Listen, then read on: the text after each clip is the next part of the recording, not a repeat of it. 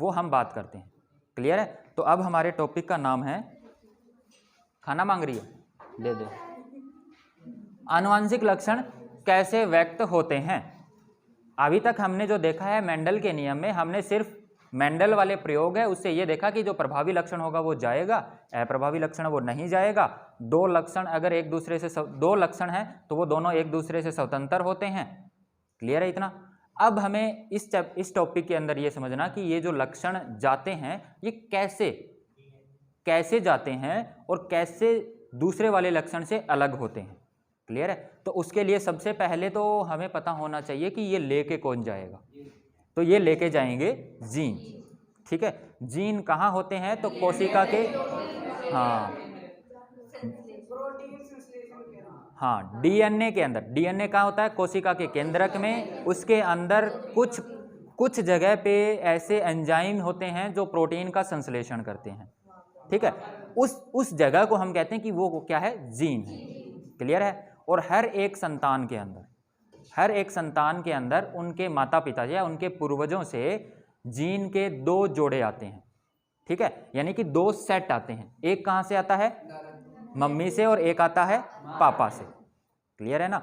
ये 2 सेट हर एक संतान के अंदर आते हैं। तो संतान के अंदर जीन के कितने सेट?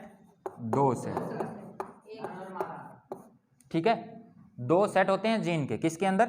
संतान के अंदर। आए कहां से? एक सेट तो कहां से आया है? और एक सेट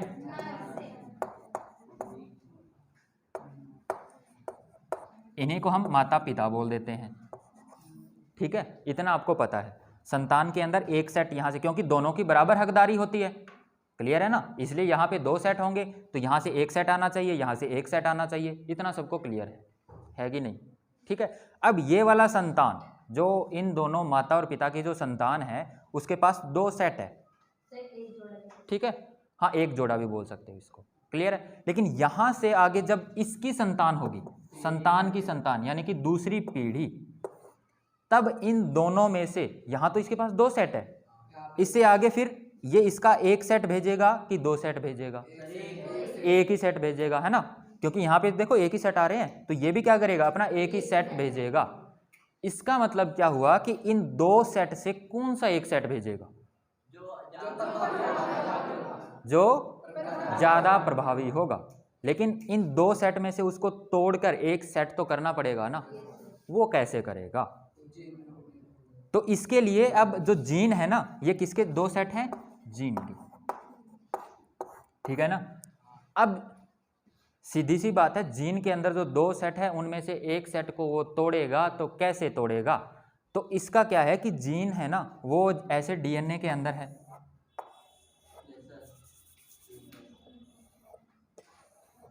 ऐसे है, ये डीएनए है, इसके अंदर ये जीन है। ठीक है?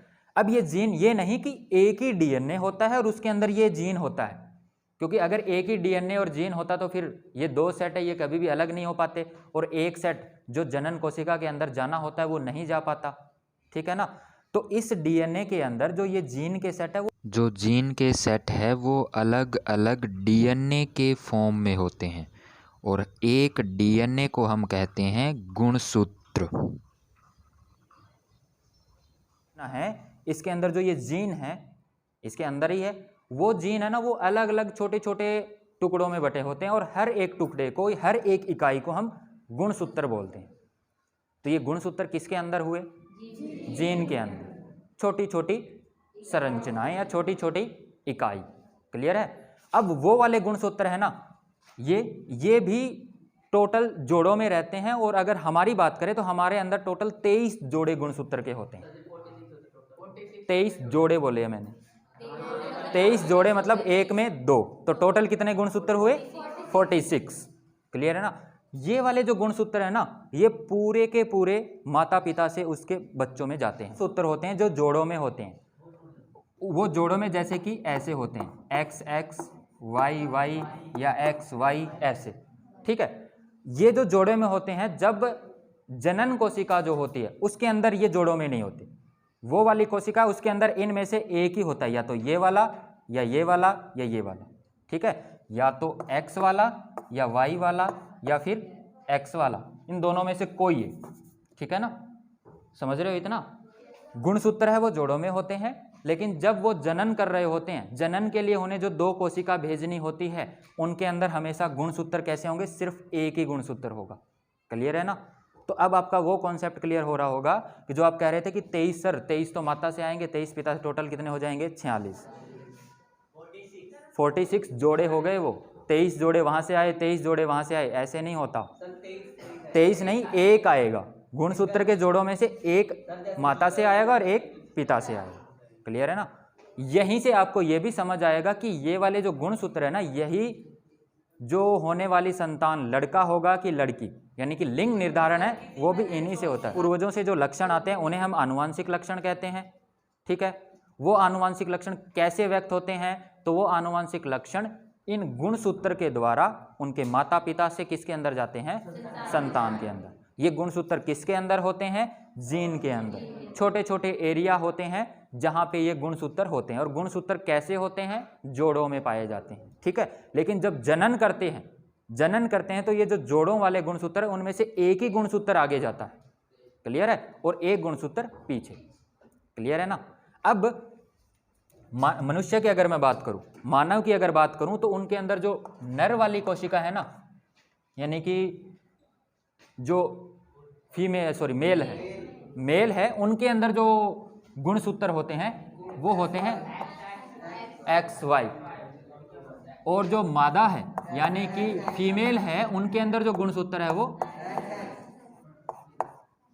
क्लियर है ना, ये गुणसूत्र होते हैं नर और मादा के अंदर। क्लियर है। अब जब इनसे इनकी संतान उत्पन्न होगी तो यहां से इन दोनों में से कोई एक जाएगा और यहां से इन दोनों में से कोई एक जाएगा। क्लियर है। तो ये दोनों तो बिल्कुल सेम है, तो कोई भी जाए चाहे, है ना, कोई भी एक जाए। लेकिन इन दोनों में से अगर ये गया तो यहाँ पे जो पैदा होगी वो लड़की, और ये गया तो यहाँ पे पैदा होगा, अरे वाह,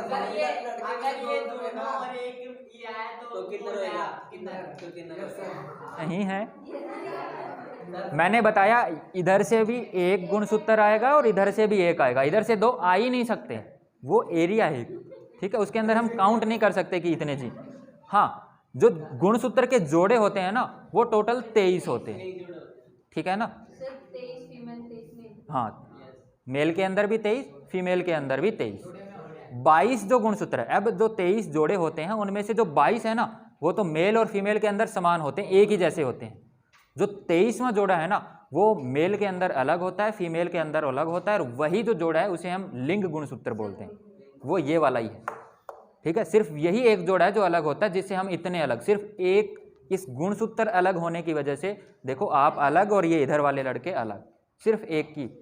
और अगर 23 के 23 अलग होते तो सोचो आप क्या होते और इधर वाले क्या होते। और ये यहाँ से देखो एक चीज़ और, एक मिनट, ये वाला मैंने जो थोड़ा सा बताया ना, यही होता है लिंग निर्धारण, कि मनुष्य के अंदर लिंग निर्धारण कैसे होता है। लिंग निर्धारण का मतलब है कि पैदा होने वाले संतान लड़का होगा कि लड़की, तो वो इससे डिसाइड होता है। ठीक है, तो ये दोनों क्वेश्चन हम लिख लेते हैं।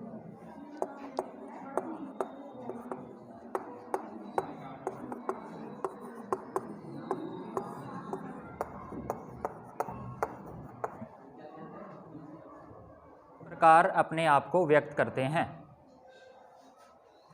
कोशिका के केंद्रक में एक पदार्थ डीएनए होता है। इस डीएनए के कुछ भाग में प्रोटीन के संश्लेषण की सूचना होती है। इस भाग को हम जीन कहते हैं, और इस भाग को आपके बुक के अंदर प्रोटीन का जीन भी लिखा गया है। अगर इन जीन में परिवर्तन होता है तो बनने वाले प्रोटीन पर भी प्रभाव पड़ेगा, और उसी से कोशिका के विकास पर प्रभाव पड़ता है, और यही प्रभाव हमें सजीव के आनुवंशिक लक्षण के रूप में दिखाई देता है।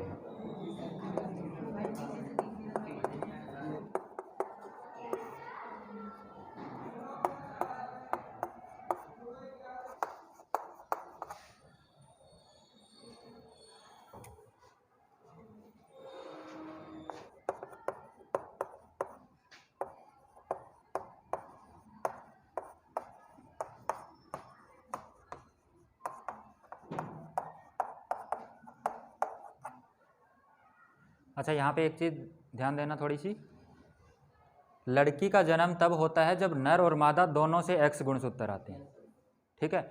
लड़के का जन्म तब होता है जब नर से Y गुणसूत्र और मादा से X गुणसूत्र आता है। मादा से तो हमेशा X गुणसूत्र ही आएगा, ठीक है ना। तो लड़का और लड़की बनने का डिसीजन कहाँ से होता है? नर के गुणसूत्र से। नर के गुणसूत्र यानी कि पिता का जो गुणसूत्र आता है वहीं से ये डिसाइड होता है कि जन्म लड़की का होगा या लड़के का होगा। क्यों? क्योंकि उसके अंदर दो गुणसूत्र होते हैं, एक X होता है और एक Y। अगर X वाला आया तो लड़की और अगर Y वाला आया तो लड़का। क्लियर है ना?